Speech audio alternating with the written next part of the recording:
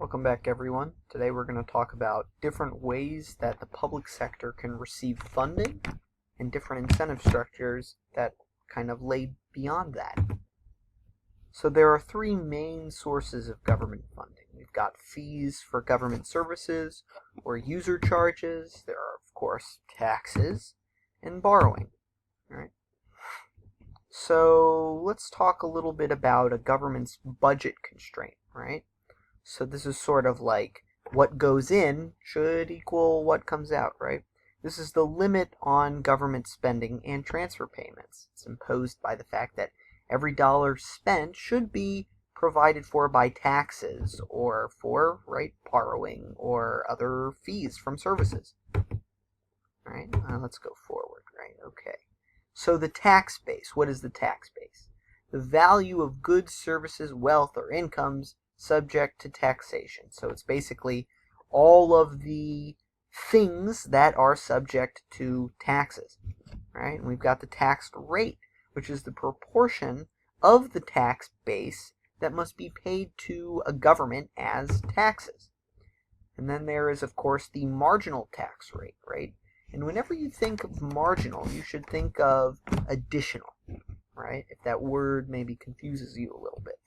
So marginal tax rate is the change in the tax payment divided by the change in income, right? We've got a little formula down here for you.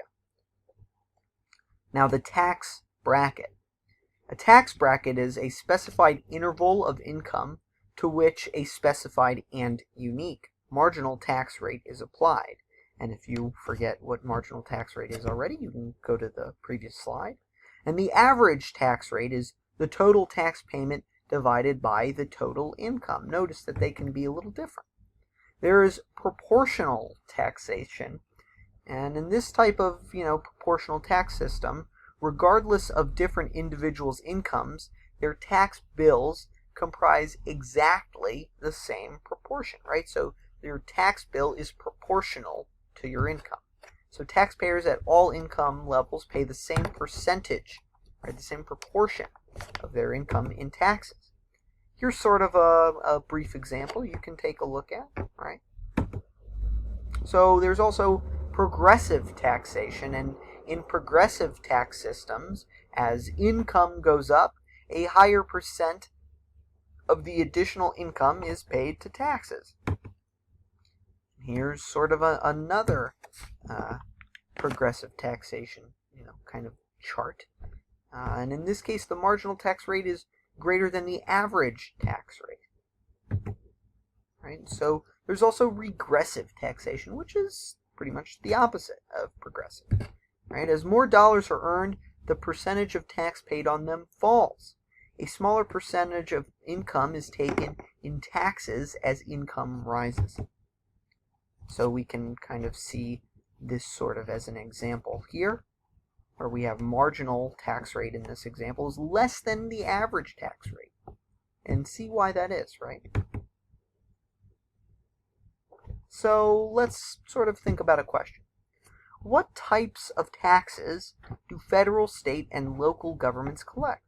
Well, we know that the federal government collects individual income tax, they collect corporate income taxes, social security taxes, import and excise, right, on goods coming into the country, goods leaving the country.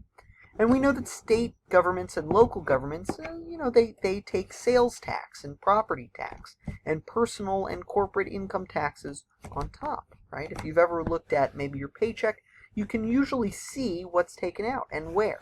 Now we've got a nice little, pie chart from 2003 estimates of tax receipts. And we can see that individual income taxes account for about 45%, or just over 45% of all federal revenue. That's quite a lot. U.S. citizens, resident aliens, and most others are required to pay this tax, right? And rates are paid. They rise as income increases, right? And we have kind of a official looking tax bracket here on the marginal tax brackets. Now we can sort of think about different taxes. But first we want to talk about what is capital gain and capital loss, because we'll talk about the capital gains tax in a second. So a capital gain is the positive difference between the purchase price and the sale price of an asset, right? A bond or a stock. So say you buy a stock for $5, and then a couple years later you sell it for $15 a share, then per share you have a capital gain of $10. Capital loss is just the opposite. Maybe you make a loss on the asset. Well, so there can be, before we talk about corporate income tax, there can be a capital gains tax, right? You pay some percent of the gain on capital, right? So there's also corporate income tax, and this is the tax that accounts for roughly 12% of the federal tax revenue and 2% of state and local taxes. So corporations are generally taxed on the difference between their total revenues and expenses, kind of like the gain on their capital, if you want to think about it as the last example, right? So sort of their profit, they're taxed on their corporate profit. So here's a sort of tax schedule for corporate tax. We can kind of take a look at it there. The thing that can happen with corporate taxation is double taxation. So say you have a corporation that pays taxes on its profits. Okay, well, after tax, the profits have, they're declared as dividends and they're sent out to the shareholders, right? But then the shareholders declare those dividends as income, and that income that has already been taxed as corporate tax is taxed. Again, it's double taxed, right? So we also want to think about what retained earnings are, right? Earnings that a corporation saves or retains for investment in other products and activities, earnings that are not distributed to the stockholders. Now, it's not really the case that the tax for the corporate income tax is just paid by the corporation. The tax incidence or tax burden is distributed in varying ways amongst consumers, stockholders, or employees. We may talk a little bit more about this later on, about who bears the burden of tax. For a lot of Americans, if you get your tax bill or your paycheck and you see Social Security has been taken out, well, this is a Social Security tax, right? Contributions are 6.2% for employers and 6.2% for employees, right? So there's also unemployment insurance taxes, and typically employers are required to pay this, right? But states can also levy an additional tax up to 3% based on the record of the employer, right? So for states and local governments, taxes imposed on goods and services yield more revenues than income taxes, right? Sort of state and local or sales tax maybe. And a fundamental issue is, how do we set a tax rate to extract the largest possible amount of tax revenue? Well, we can maybe do sales tax. That'll just do a tax on the price paid of some good or services. Maybe you go to the store and then at the end you pay tax, right? Or an ad valorem tax, which is the tax that is equal to the fraction of the market price of each unit purchased, right? We can also think about different ways we want to look at taxes, right? So there's static tax analysis, which is based on the assumption that changes in the tax rate don't really change the tax base, right? And remember from earlier we talked about what the tax base was. Or there's dynamic tax analysis that says, well, hold on now. If I change the tax rate, if I increase it, right, it might shrink the tax base, right? So we kind of want to think that there may be effects, right? If the distinctive effects of higher tax rates are small, then the static analysis may be pretty accurate, right? It might be a good approximation to what the tax revenue could be in a change of tax rate. As tax rates escalate, members of public have a greater incentive to remove their activities from the tax base.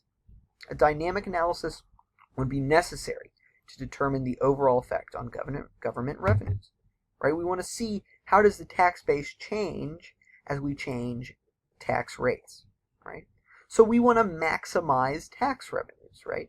Dynamic tax analysis predicts that ever higher tax rates bring about a decline in the tax base, and thus perhaps a decline in tax revenue. So we have kind of this graph here. We're on the x-axis.